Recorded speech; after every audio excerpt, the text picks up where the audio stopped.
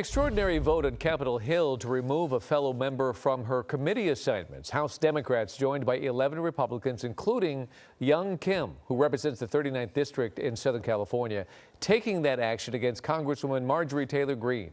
ABC's Andrew Dimbert is live in Washington with more on that vote. Andrew?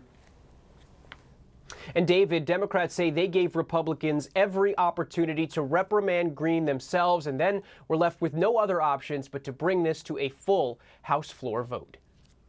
Today, Democrats doing something Republicans refused, disciplining GOP Congresswoman Marjorie Taylor Greene for peddling outrageous conspiracies and making demonstrably false statements. Serving on a committee is not a right, it is a privilege.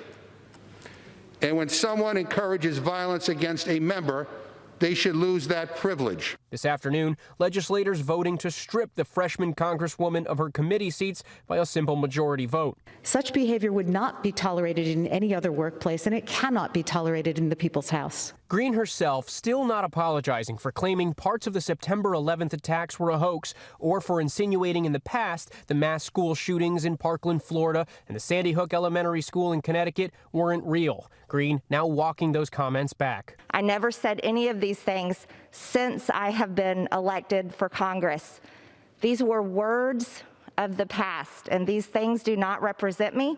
Greene once even suggested House Speaker Nancy Pelosi should be executed. Again, no apology. It's a crime punishable by death, is what treason is.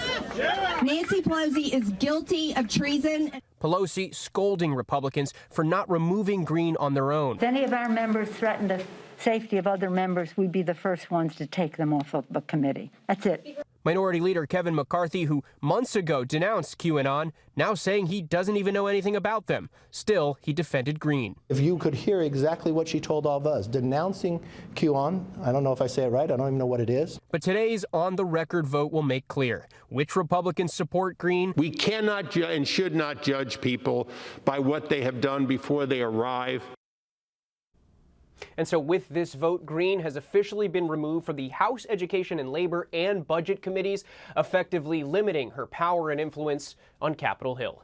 Hello, I'm Mark Brown. Get more great ABC7 content by clicking the subscribe button for our YouTube channel. And download the ABC7 Los Angeles streaming app on Fire TV, Android TV, Apple TV, and Roku to watch on your TV.